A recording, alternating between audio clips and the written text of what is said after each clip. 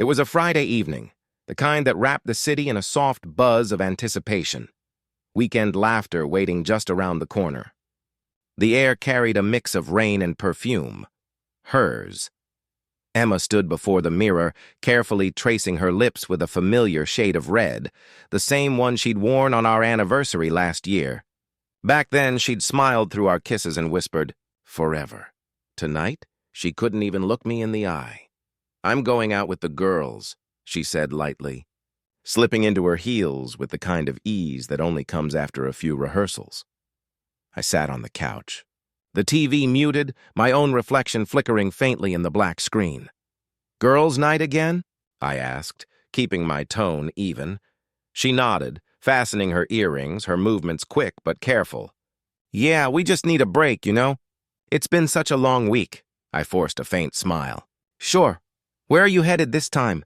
She paused, just for a second, before replying, "That new rooftop bar by the river. Don't wait up, okay?"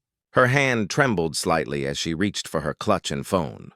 For weeks, I'd noticed the changes, the sudden late nights, the unreadable smirks when her phone lit up, the way she guarded it like a locked diary. But tonight felt different, like the end of something.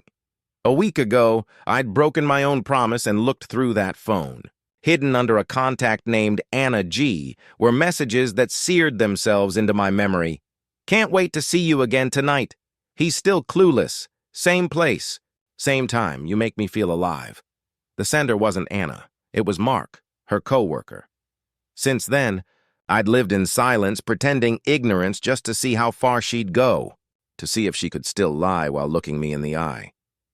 Tonight she did. She hummed softly as she walked toward the door, but her tune wavered, betraying the nerves beneath. Just as her hand touched the doorknob, I rose from the couch. "Emma," I said. She froze, her fingers tightening around the handle. "Yeah?" I stepped closer, my voice steady. The kind of calm that comes after anger turns into something colder. "You look beautiful," I said quietly. A faint smile tugged at her lips. "Thanks," she murmured, still avoiding my eyes. I drew a breath and added softly, "Mark will love it." The words struck her like a slap. Color drained from her face. Her breath hitched. "What?" she stammered. I tilted my head, watching her crumble. "You heard me? Mark will love how you look tonight. Same perfume, same dress from our anniversary. Nice touch." Her eyes darted frantically, searching for something to say. Anything. "You're misunderstanding," she began. "Don't," I cut her off quietly. "Don't lie again. Not tonight." Silence filled the room, heavy and absolute, broken only by the slow, unrelenting tick of the clock on the wall. Her lips trembled. "How long have you known?" she whispered. I gave a faint, almost tired smile. "Long enough. Long enough to watch you say, 'I love you' with a straight face, then slip away to be with him." Tears gathered in her eyes, glimmering under the soft light. "It's not what you think," she managed, her voice shaking. I shook my head slowly. "Then tell me, Emma, what is it? Some innocent friendship? A late-night brainstorming session? Or were you simply done with me? With us?" Her gaze fell to the floor, her silence speaking louder than any excuse could. "I never meant for it to happen," she said finally, her voice breaking. He just listened. "You stop doing that." "Stop," I said firmly. "Don't dress betrayal in the clothes of loneliness." I was here, every single day. Maybe not perfect, maybe tired, but here. You didn't want someone to listen, Emma. You wanted someone to make you feel wanted again. You could have said that. You didn't have to burn everything down. She buried her face in her hands, sobbing. "Please, James, I'm sorry. I made a mistake." I took a step back, her tears no longer stirring anything inside me. "I'd run out of tears weeks ago, just not in front of her. A mistake," I repeated quietly. "Forgetting an anniversary is a mistake. What you did was a choice, one you made over and over again." I turned toward the hallway table and opened the drawer. Pulling out an envelope, I walked back and held it out to her.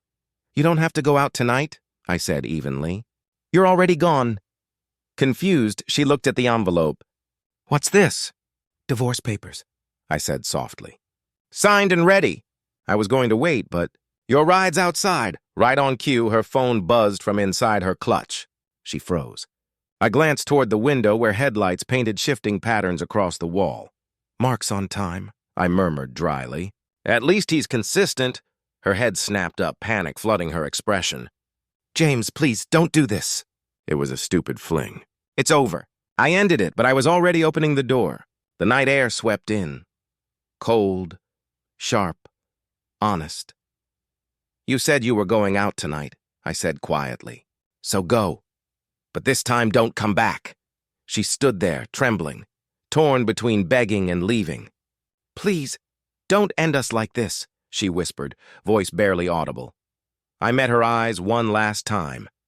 You ended us the moment you started hiding your phone, I said calmly. Everything after that was just the aftermath. Then I stepped aside, letting her decide. She hesitated, tears carving lines down her cheeks.